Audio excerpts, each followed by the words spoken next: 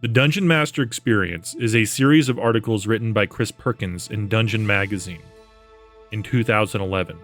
The following readings are his words, and though produced before the current edition, still contains great insights, advice, and tips for Dungeon Masters for any edition, and for that matter, any TTRPG.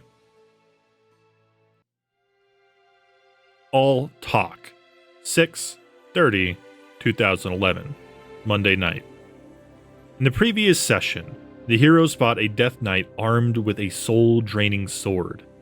2 of them fell prey to the weapon. Once the Death Knight was destroyed, the surviving heroes sought to free their companions' souls from the hungry blade. They turned to one of their dubious NPC allies, Osterneth, a lich with connections to the god Vecna, and she assured them the souls could be freed by bathing the sword in the blood of a virtuous god. Fortunately for them, she happened to have the blood of a slain lawful good deity in her workshop. Unfortunately, things did not go as planned. The blood completely destroyed the sword and the souls along with it. The lich apologized profusely and tried to make amends. She offered to instead implant an artificial heart in one of the fallen heroes, Nick DiPetrillo's character, the sword mage Uriel. The heart was designed to pump necrotic sludge through the veins of its beneficiary. Planting it would effectively transform Uriel into an undead creature. The heroes considered and rejected Osterneth's offer, but they did bring the lich and their dead friends back to Uriel's ship, the Maelstrom, and consoled Uriel's distraught widow. They also conferred with a more trustworthy NPC ally, a dragonborn priestess, and asked her to petition Bahamut for advice on how to save the souls of their dead friends. A commune ritual bore no fruit. The priestess concluded that their souls were well and truly lost. Meanwhile, to her own devices, the lich gently persuaded Uriel's widow that undead Uriel was better than no Uriel at all, and so the lich obtained permission to implant the necrotic heart in Uriel's corpse. Nick returned the following week with a new version of his character built using the new vampire class from Player's Option Heroes of Shadow as a chassis. The heroes, not fond of the new Uriel, were troubled by the audacity of the lich, Osterneth. They were also distressed to learn that Uriel needed the life's breath of living creatures to survive in his undead state. Uriel's widow, a Genasi named Pearl, diffused a tense confrontation between the lich, Uriel, and his former companions by offering her own life's breath to sustain her undead husband. Then, as the Maelstrom made port on the island of Servasa, a group of dwarves in league with the Iron Star cartel approached them for assistance. Frost giants had seized an important mine that the dwarves needed to finish building an iron ship, a prototype vessel that they hoped would earn them a lucrative shipbuilding contract with the Dragovar Empire. To save her own skin and redeem herself in the eyes of the heroes, Osterneth used her apparent omniscience to ascertain that a rival consortium, the Winterleaf Coster, was employing the Frost Giants to delay the completion of the iron ship long enough to swoop in and steal the contract from under the Iron Star cartel's nose. Convinced that the lich was speaking the truth, the heroes confronted the Winterleaf Coster and threatened to expose their plot if they didn't withdraw the Frost Giants from the mine immediately. They were very persuasive. My Monday night group is a very different animal from my Wednesday night group. If the Wednesday players don't get to kill something every session, they think I'm punishing them. The Monday group, on the other hand, is more willing to entertain the notion of a diceless session.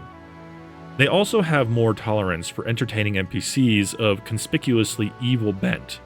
Osterneth, the lich, was ripped from the pages of Opengrave, Secrets of the Undead, although I made a few tweaks to her history to accommodate my campaign. As a 1,000-year-old ex-wife of the archwizard-turned-god Vecna, Osterneth is a tremendous source of information, and the Monday night group is naturally hesitant to make an enemy of her. I'd like to say her heart's in the right place, but in truth, she's a lich with bones of bronze, and the desiccated black heart hovering inside her hollow ribcage actually belongs to her ex. Her connection to the God of Secrets gives her access to information the heroes need to complete their quests, and she's courteous enough to conceal her true form behind the illusion of a beautiful and charming Maltese noblewoman. But to the point. The events described above played out over 2 game sessions, during which time the players made 0 attack rolls. It was a role player's bonanza, and the hardest part for me was keeping all of the players' characters involved. Even those who don't typically take center stage during role-playing encounters were on the hook.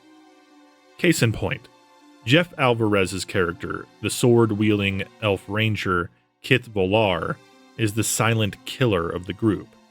Whenever I noticed that Kit Volar had dropped out of the spotlight for too long, Osternet would exchange playful banter with him, or a member of the Maelstrom crew would try to split a bottle of rum with him and offer an unsolicited opinion about recent events. When the heroes were threatening agents of the Winterleaf Coster, I tried to establish a relationship between Kit Volar and the villainous Talia Winterleaf, the elf daughter of the Coster's founder. It's fun to watch a character known for his brutal savagery confront an enemy he can't kill, at least not without foiling the party's plans and earning the enmity of a politically powerful organization.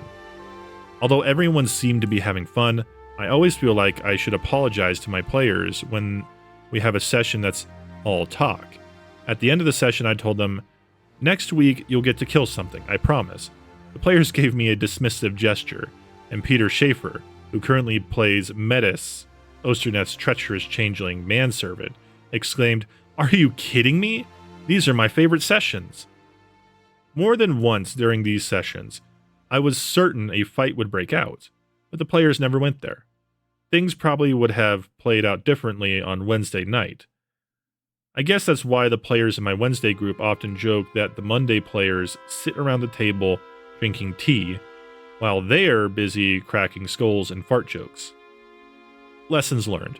There's no shortage of D&D players in Renton, Washington. So back when I was building my 2 game groups, I tried to put birds of a feather together. The Monday group thinks the Wednesday group is comprised of uncouth savages, while the Wednesday group thinks the Monday players get all their XP from story rewards rather than combat challenges. These perceptions are mostly false. The 2 groups are more alike than not, but running 2 different groups of players has taught me that despite their subtle differences in playstyles, I can get away with combat-free sessions provided all of the players are pulled into the role-playing fray. I also believe that the players, not the DM, get to decide when the talking stops and the fighting begins. I'm never disappointed when a player shouts, "Enough talk, time to die," because that invariably leads to the 2 sweetest words in the D&D lexicon: roll initiative. Any DM can survive the dreaded all-talk session, but it'll be most fun for all concerned if you hold fast to the following suggestions. Pull all of the players into the role-playing fray, kicking and screaming if necessary. Let the players decide when the talking is over. As a quick footnote, I would like to give props to Calvin K. of Lincoln, Nebraska for his Magnificent Minion entry, which came in the tail end of the contest, the wacky Wall of Flesh. Each wall minion comes with 1 random graft, an eye that projects a psychic bolt, a mouth that roars, an arm that delivers a real punch, or a tentacle that slides you around. It doesn't get much weirder than that, folks. Next week, we'll discuss the cinematic art of bringing back dead heroes and villains and the wonderful havoc that can ensue if you time it just right. Until the next encounter. Don't forget to pick up my first ever adventure and setting for free now. Dive into the desert region of Gondolar as adventurers making their way to the budding city town of Silt Pass in search of gold, glory, and answers to the secrets of a long-lost empire. In this first adventure, your heroes will defend the Dune Dancer, a sandcutter airship, from a legendary group of bandits known as the Stormbringers. Do you have what it takes to stop the Stormbringers and their bombastic leader Therok? Or will you make a deal with the devil of the sands and join them? Decide your destiny in the first of 6 adventures, TSI, Therok, Stormbringer, Ironbane.